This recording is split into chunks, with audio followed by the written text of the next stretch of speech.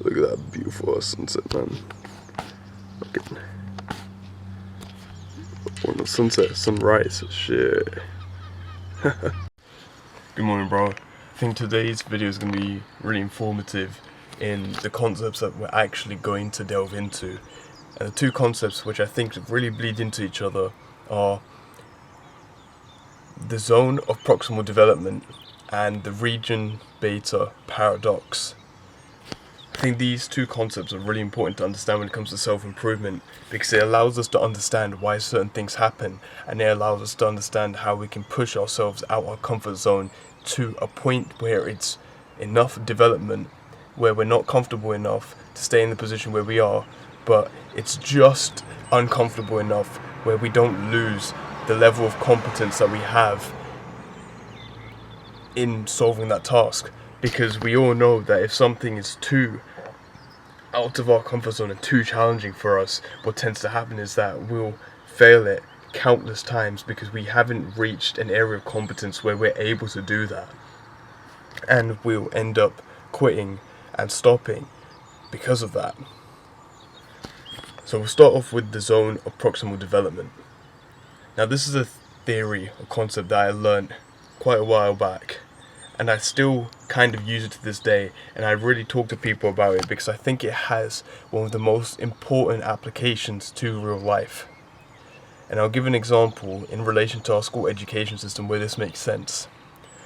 So I mentioned it earlier in the last video. The zone of proximal development is essentially a 3-layer circle concept. And I'll put it up here, like in the left side of the fucking, I don't know, it'll be edited here somewhere. And there's 3 layers, as you can see. On the inside, there's where the learner is essentially comfortable, and it's the place that they're going to stay. It's their satisfaction zone. On the outside is where things are just about challenging enough for the learner to do with some help. I think the actual terms for it is that things the learner can do and things the learner can do with help. So essentially the zone on the outside of the things the learner can do is things that just on the edge of your competence, just at the end of the cliff. Things that you're able to do with enough effort that will allow you to push past your area of satisfaction and comfort to eventually gain some sort of development. See where I'm going on with this? And now finally, the biggest circle on the outside is essentially where things are too challenging for the learner to actually gain any sort of development. And it's when things are way too hard, where you will constantly fail at it because you haven't reached a level of competence to actually solve that task or to do that certain action. The analogy that I'm going to give that really brings this into play, it's not really an analogy, it basically explains why the education system has failed completely to foster for all the different types and different levels of education of children, especially in Western society. And the zone of proximal development really helps you understand that. When you think about it, when a large variety of students are blocked into one school, whether it be a grammar school or state school, they have different learning capabilities, right? There's the kids at the top who are incredibly smart, who are even smarter than teachers, who can get a lot done. There's the kids at the lower extremes who are too dumb to keep up with the regular notion of class. And those are the 2 extremes. And then you have everything else in the middle. Now the problem that schools are going to have is that they're not able to provide for both the top and the bottom extremes. So they just stay around the middle region to try to benefit those children. Now what you notice is that the kids who are smarter than teachers and incredibly competent, they will find lessons too boring, and they will stay in the area that the learner can do, and they will never be pushed out of that region into what the learner can do with help, and they'll never get pushed past that zone where it's just challenging enough for them to develop, so they won't develop at all. And then you have the low extremes, where the kids who aren't smart enough to even keep up with the class, if you stay around the middle region, they're going to fall behind because they can't keep up with that pace. And then it just satisfies everyone else in the middle, but most of the time it doesn't really work out. So it explains the downfall of the education system and why it's not efficient at all.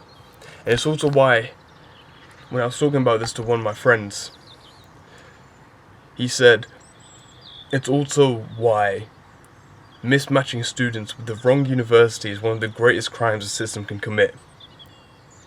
And the reason he says that is because, say for example, you learn at a pace of 50 kilometers an hour, which puts you in the top 5% of learners.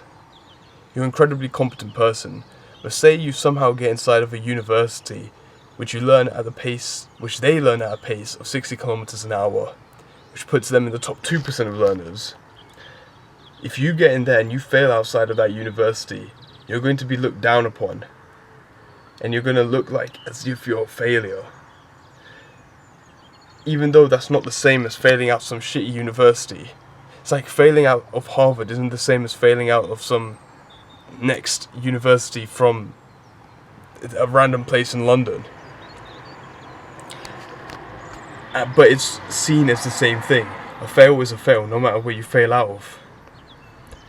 Which is essentially why the zone of proximal development needs to be understood, because it can mismatch students with their wrong university and cause them to fail even though they're an incredibly competent individual. Right, moving on to see how region beta paradox or region beta paradox actually bleeds into this. The region beta paradox is essentially where being in worse situations than a situation where it's slightly annoying can push your development forward more than being in a better situation where things, as I said, are slightly annoying. An example of this would be, say you're living in a house where it's not exactly too great but it's passable. You're less likely to push yourself to improve to get a better house than if you just didn't have a house at all and you got evicted. Say you're working in a job which is not too great, but it's just passable. It's just enough.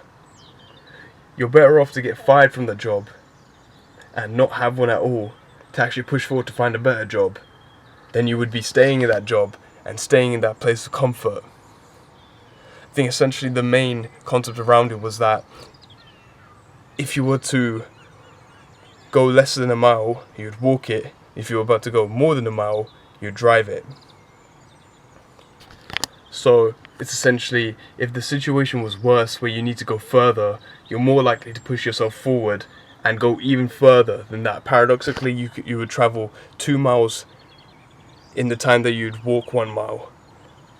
So you're more likely to put effort if the situation's worse. And I think it kind of bleeds in to the zone of proximal development, because when the situation is worse, then you're put into that zone of challengingness where you can push forward to actually develop yourself. And I think those two are really important concepts to understand, especially when it comes to self-improvement.